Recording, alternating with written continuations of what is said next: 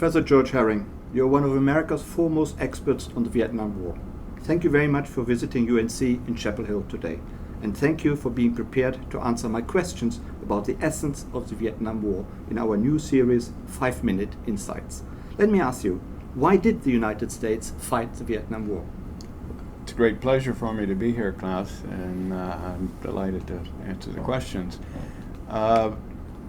The United States fought in Vietnam, I think, for two reasons. The first had to do with the Cold War and the containment policy. American policymakers from roughly 1946 on saw the revolution and war that was taking place in Vietnam, which was communist-led, as being part of the larger Cold War they were waging with the Soviet Union. And that led to the first commitments to support the French in 1950, and later to American efforts to preserve an independent, non-communist South Vietnam.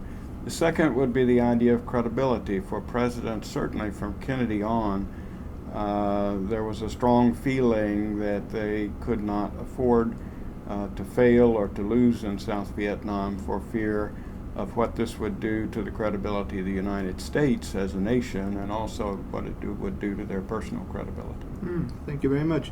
But why did the Vietnam War last as long as it did? After all, America was and is the foremost superpower in the world. The war lasted as long as it did, I think, in essence, because our enemies, the National Liberation Front of South Vietnam and North Vietnam, were determined to fight until they achieved their goals of a unified, independent Vietnam, no matter what the cost.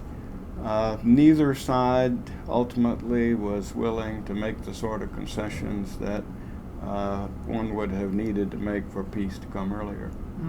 And was there an opportunity to end the war sooner than it did in 1975? Only if one side or the other had been willing to make concessions that in truth they did not make. Right. And what is the new information that has come out in the last few years? We have access to additional archives, I believe.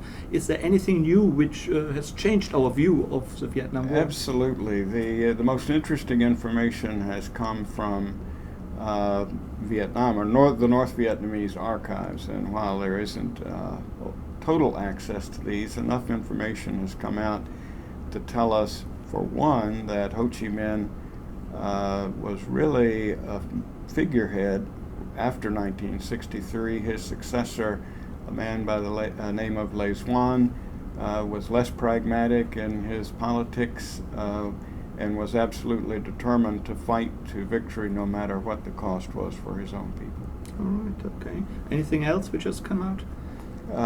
There is a lot more information about from South Vietnamese archives about the Diem regime in the from 1954 to 63. We get a better sense of how he came into power, and I think it's pretty clear that the United States was not primarily responsible for this, that he and his brother Ngo Dinh Nhu worked very, very hard to lobby for support in South Vietnam to secure his ascent in 1954. Thank you very much. That's most interesting. But what are the essential lessons American policymakers should learn, or maybe even have learned, from the Vietnam War? Yeah, well, I'm a bit of a skeptic on lessons. What we have learned from the political left is that we don't want more Vietnam, so we try to shy away from any involvement in situations that look like Vietnam in third world countries.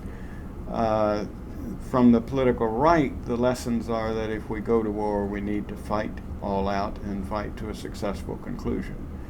I would get away from the word lessons, I think, and say that from my standpoint, what we ought to learn in Vietnam is, first, that power, no matter how great, has its limits in international politics, and secondly, that local circumstances will often override what we do or don't do, that the outcome of wars in places like Vietnam and Iraq, Afghanistan, usually have a great deal to do with what the conditions are in that country. Thank you very much. Professor George Harry, thank you very much for your deep insights into the United States and the Vietnam War. I think we've all learned a lot. Thank you. My pleasure.